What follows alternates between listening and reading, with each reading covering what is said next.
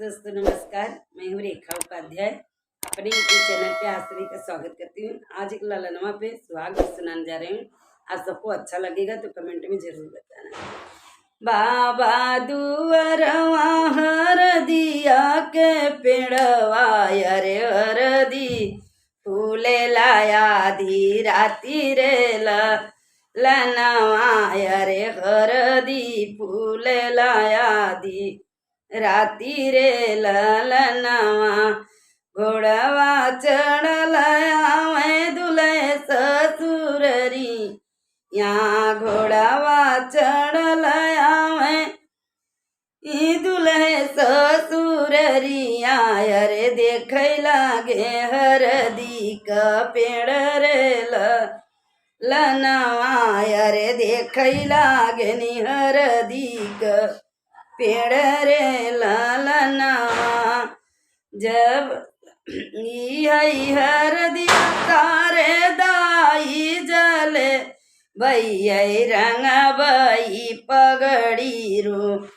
माल रे ललनवा रे रंग बई पगड़ी रू माल रे ललनवा इतनी बचन सुनी बेटी ओ कवनी देई इतनी बचन सुनी बेटी ओ कवनी देई उठली पी छौरी झराई रे ललन मायरे उठली पी छौरी झराई रे ललनवा हरदिया मोर भैया के लमनाय रे भौजी जानमय ही बात रे लनवाय रे भौजी के जनमय ही बात रे ललनवा इतनी बचन सुने दुल्हे कवन रामा गईले नी बहुत ऋषि आई रे लनवा रे गईले बहुत ऋषि आई रे ललनवा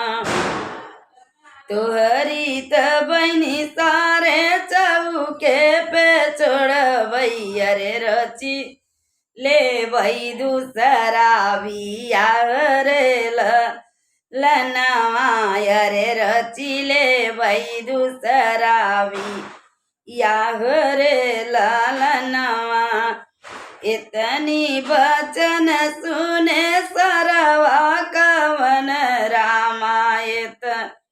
नी बचन सुने सरवा कवन रामा